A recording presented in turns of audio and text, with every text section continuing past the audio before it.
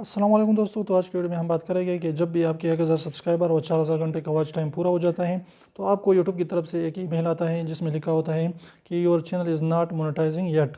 यानी इसका मतलब क्या होता है कि लोग इससे जो है परेशान होना शुरू हो जाते हैं। तो इसका मतलब ये होता है कि यूट्यूब वाले कहते हैं कि आपने जो है एलिजिबिलिटी जो है आपने पूरा किया हुआ है, यूट्यूब का क्रिएटर है आपने पूरा किया हुआ है, यानी 1000 सब्सक्राइबर और 4000 घंटे का वॉच टाइम आपने पूरा किया हुआ है, आप अपने चैनल को मोनेटाइज कर सकते हैं।